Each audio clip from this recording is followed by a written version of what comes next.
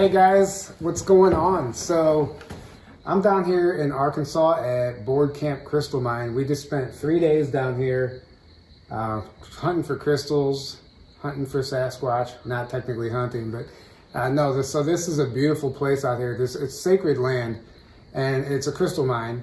And this is Orville. He's the owner, and he has had some incredible Sasquatch stories that when he was telling me, I was like, I gotta put this on camera. I want other people to hear this because I think a lot of people need to get out here and experience this for themselves because it's an incredible place.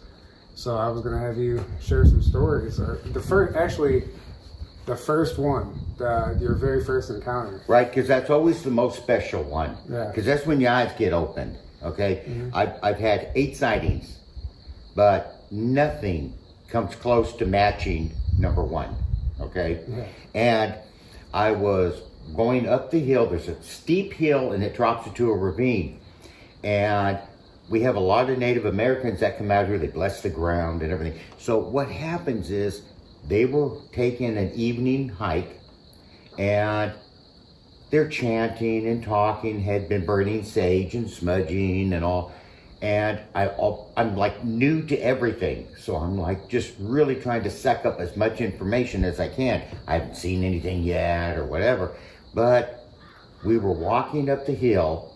We get about 100 feet from the top of the hill, which like I said, drops into a ravine. And all of a sudden, all these guys just stop and turn their backs to the road. And I'm standing at the bottom. I don't know what to do, so I do the same thing. And they're all still chanting, but they're going like this. So I start walking through the middle of the row of these Native Americans, and the medicine man was in the front. And when I get to the front, he puts his hand on my back and he's like pushing me forward. Nobody's talking, they're still chanting. But I start to walk up the hill. And just as I get within about 75 feet of the top of the hill, like I said, steep ravine, I see my first one. And when he came up, he was walking up the hill, but he literally looked like he was coming up an elevator. Just no effort at all walking up the hill. And it was just so perfect. And he got to the top of the hill and he looked me dead in the eyes and just went forward like this. Then he leaned back, turned his head just a little, then his shoulders, and then you can see the profile. I saw him lift his leg like he was getting ready to walk off, and that's the last I saw. I did not see him run away. I didn't see him disappear, didn't see him dive into the ravine, nothing. It just 1 minute, whoa, next minute, no. You know? And how tall? You said that was approximately 12 feet, yeah. Wow. We figured he was at least a 12-footer. Now, I, inside, am absolutely just coming unglued. My mouth is moving 100 miles an hour, no words are coming out. My feet are moving, but my body's not.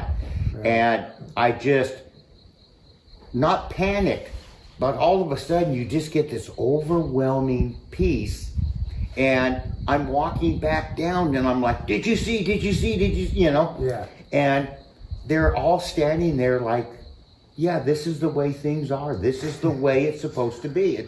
You're good, you know? You were getting initiated. Yeah, the hard way. Yeah. So no warning, no anything, but that was my first. And once your eyes are opened, your eyes will never close again. Okay, and like I said, I have seen 7 more. Some of them I've actually got pictures of, but the first one, he's always going to be my special one.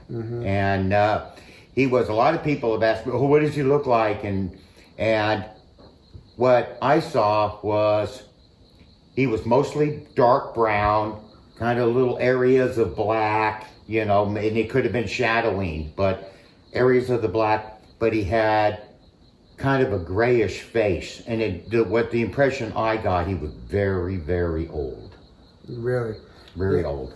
And have you seen any females? Well, you know, and it's like, or can you tell? I can't tell the difference. Sure. You know, and it's like when you see one, like, for instance, I'm up mowing the lawn up on the hill. There's a valley and it goes up to another hill. But when you mow and you look out the corner of your eye and one is standing in the tree line, and he's like 300 feet away, but he's obviously there. It's not like I caught it out of the corner of my eye, now it's not. No, he's obvious. And you know, the whole thing lasts 30 seconds, 45 seconds, and he's standing there. And to me, it's like they're initiating and going, oh yeah, hi, how you doing? You know? Yeah. And it's clear after spending some time out here, you have a connection with the land. Obviously, you were drawn here for a reason. So I'm sure, like you said, once you have the sighting, it's like basically family to you. Right. And they're kind of showing you the land, and they know that you are here protecting the land. So it's a really beautiful interaction. And then as far as the crystal digging goes, like, you don't actually allow people to dig until the earth is ready to release the crystals in that area. Everything's done with respect. Right. And they understand that, so I'm sure they're comfortable showing themselves around you. Right. We only dig with hand tools. Never ever, disrespect the earth with heavy equipment. I truly believe that crystals have special energy, and I've heard people go, they have power. I don't really believe that they have like superpowers. Sure. But I do believe they have special energy, and to me, they're tools. And the tools in the right hand of the right mechanic can fix anything. Yeah. So the people can take crystals and say, I'm going to use it for this, and if you're not a very good mechanic, the tool isn't going to help very much. Yeah, and actually we saw some fresh tracks last night. Oh yeah. And you have some casted out here. That was cool because you actually have pictures of the footprints before you casted them. Right. And then during the cast and after the cast. What happened that night? We have a night vision camera that on the stage and is pointing up the hill, and it runs 24/7 recording. And whenever something like spooky happens, whatever, we can always go back and look at the camera. Well, one night, evening time, Cheryl was showing a presentation in the green room to some people, and I'm looking at, while she's doing that, I'm looking at the security camera just shooting through, and I noticed the camera is pointing at the ceiling. Yeah. So I come out here and I look, and the camera's pointing forward. So then I run the tape, and here's the camera on a post, and it's got a pivot on the bottom, and it leans back like this. It's like that for about 8 minutes, and then it stands back up. And I truly believe that, they were probably coming through the meadow, and there's way more than one. They maybe were walking the children. I don't know, because we didn't see any of that. But he moved the camera down, did what they were going to do, and then stood the camera back up. And so we got in the car and we drove around, we went up the hill, and as we came back, there was a pretty good sized tree across the road, and that's where we saw prints all over, but we can see when he had picked up the tree, he had the weight of him plus the tree, and then there was gravel in the road. And when he stepped to put the tree down, that's the prints we got, which are 20-inch prints. Yeah, and that's cool because if you look at them both, you can tell in one of the feet it looked like his toes were like gripping or grabbing. So it's not like the same exact. No, they're not exact. Yeah, no, exactly. And they're kind of like pigeon-toed, but I'm thinking he stepped and then twisted this way, because like step onto the road and then turn to set it down. And I think he twisted his foot a little bit, and that's why the toes look. And to me, that just makes it that much more authentic. Yeah, exactly. And I mean, everything, guys, if you come out here, the amount of evidence, not just evidence, but just the experiences that you guys have had. Picnic tables being stacked up, rock stacks, rock arches. And this is just not stuff we told you. Yeah. You have experienced stuff yourself. Exactly. Well, just like crystals being thrown up on this stage or being dropped out of thin air, whatever you want to call it. I've experienced that twice now, and that is fascinating. And the increase in temperature on the crystals? Yeah, the crystal is hot. When it lands on the stage, it's hot, like it's been in somebody's hand. Yeah. Somebody other than a human, because it is way hot. Yeah. We had one 2 weeks ago that the crystal was 99 degrees. Wow. So in the stage area where we're sitting, was like 42 degrees. Yeah. That was pretty warm. That, and then this ball out here in the field, he sets up a beach ball with a glow stick inside of it and wedges it in between a board and a rock, I guess. And it can't move even if the wind, I mean, it's wedged in there. Even if it's windy, it won't fall. But at night with the glow stick and the ball, you can see it because it's dark. And last time we were here and the last night and the night before, the ball will just, it's almost as if it gets hit by a hand. Yeah, a lot of times you could hear him slap it. We've heard the hand hit the ball and it goes flying. He puts it back up. Sometimes we hear, well, last night you heard rustling or like what sounded like a tree fall, and no sooner than that is when the ball got hit. And after that we heard the groans or the vocalization up in the inside, which we've heard the call. Yeah, and you know, with Cheryl and I, we're just the guardians. That's it. We own the land because the tax guy reminds us every year, you know, here's your bill. But as far as a phenomenon, nobody owns that. Sure. We cannot take claim to, nor anybody else should take claim to a phenomenon. Whatever is happening here belongs to all the people of the earth. Yeah. And our goal is to share with people who have been called to listen. Yeah, exactly. I mean, and you guys haven't just had that, the UFO experiences. Oh, yeah. We've seen, I mean, guys, if you've been to East City before, it's like that kind of, you know, there's craft in the sky, we have power-ups, stuff you just can't explain. We've seen orbs floating around here. What else? I mean, Expedition Unknown with Josh Gates, they came out here and filmed an episode, and you said that was Josh, like his experience. Oh, yeah, they caught a flyover, and I mean, it was so close. To me, it looked like the size of a refrigerator, and it was barely clearing the treetops when it went over. And it was bright enough to it was actually lighting the ground. Wow. And then he flipped out about it. Yeah, he was pretty excited. Yeah. So, and you can go to our website, or you can go to Expedition Unknown. Yeah. And he did a 4-part mini-series called The Hunt for Extraterrestrials, and they went to all the hot spots in the world, all over the world. And we were episode 4, and it was pretty interesting that night. And you guys, the energy out here, there's vortexes or something. Some of these trees out here are twisted. Things are happening with the trees that are impossible. Impossible unless some type of energetic force is manipulating them. I mean, that alone, the levitating rocks. Yeah. They have levitating rocks on film, and this is the most incredible thing to me. Well, and you know, we've heard 100 different theories. Yeah. And you just have to find one that feels comfortable with you, because nobody knows for sure. Yeah. But one of the theories I kind of like the most, that kind of fits, is that a lot of the craft are using, when they're in our atmosphere, use sonic levitation. Okay, and use sound to move. Yeah. And it's a sound that we can't hear, way beyond our audible hearing. And if you look on the internet, sonic levitation has been around a while. So they're thinking that craft are coming over, and it has something to do with the crystals in the ground. And none of our crystals are, you know, lost their energy, because we don't dynamite, no heavy equipment. Everything is the way it's supposed to be. And if a craft is using sonic levitation, are the crystals hearing that sound? Because a crystal is going to resonate at a certain frequency. Yeah. And it's going to build up, it discharges, does it again, it discharges.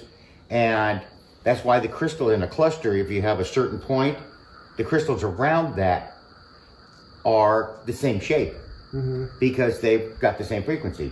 But are they hearing the craft recording, playing that frequency back, and that's what's causing the rocks to flicker? And what's also interesting is the rocks that did levitate were at what you guys call the event site. Yes. Right? And that's where you saw 3 beams of light shoot straight into the air about 300 feet, but they all were cut off. They were all flat. Almost like they were hitting the bottom of a cloaked ship or something, right? And, you know, it's like flipping a coin out here. Half of the people are going, it's the light coming down, and some people are saying it was the light going up.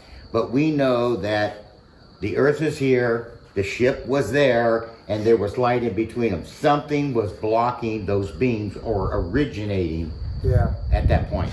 And then also that area, any metal that's put in that area becomes polarized. Yeah.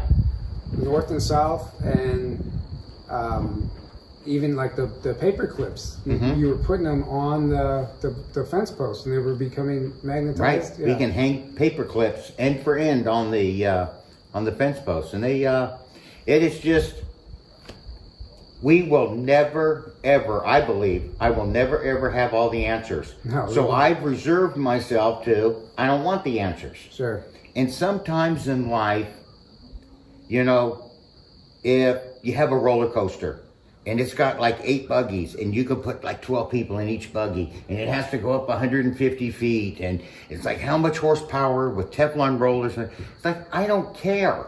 I want to enjoy the ride. Yeah, exactly. That's what I'm here for, is just really to enjoy the ride. But my main purpose is to make sure nobody tears up the roller coaster or falls off. Yeah. You know, that's about it. And you're the right person. I mean, you're clearly connected, and you're respecting the land. I mean, that's my favorite part. So, I mean, countless Native American tribes have been out here, and they're constantly giving you messages. Yeah.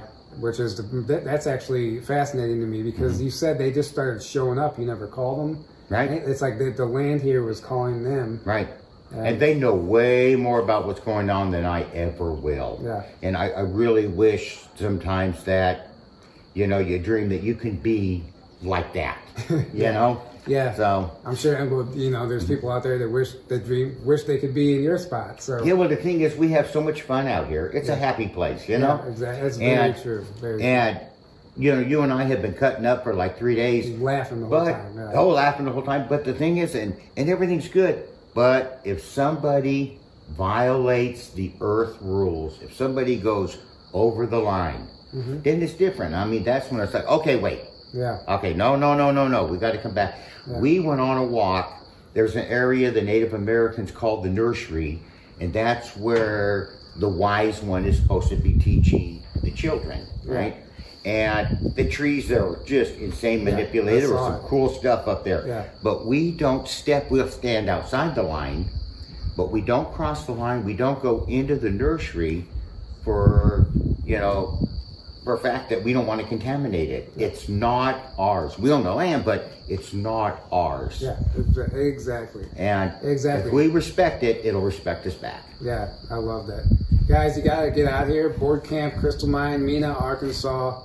Just so happens to be right next to the Clinton cocaine trafficking. There you go. No, I almost wonder if they, you know, these dark forces, it's strategically placed with their operation, and I'm wondering if they're aware of the energy here and trying to corrupt that energy. Yeah, you never know. Yeah. And, you know, a guy told me one time, he goes, I've been to Skinwalker, and this is just like Skinwalker if you hold it up to a mirror. Really? Because it's dark over there, but it's light over here. And over there, it's like they won't let anybody in. It's all fenced off. And he goes, here, it's open, it's clean. It's like there's no negative floating around. Nothing like that here. It's actually fantastic. And we will shut somebody down if they go over the line. Yeah. But that's pretty much our only job. Just walking around the property in certain spots. I mean, your ears start ringing, you start buzzing. You describe like that nauseous effect. I mean, it affects you, especially if you're an empath or you're a feeler.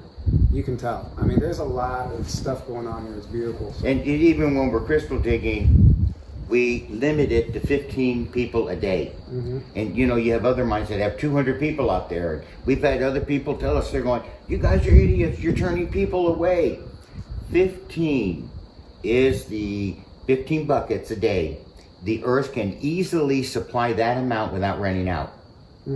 If we were to go to 16, eventually the earth would run out of crystals in this area.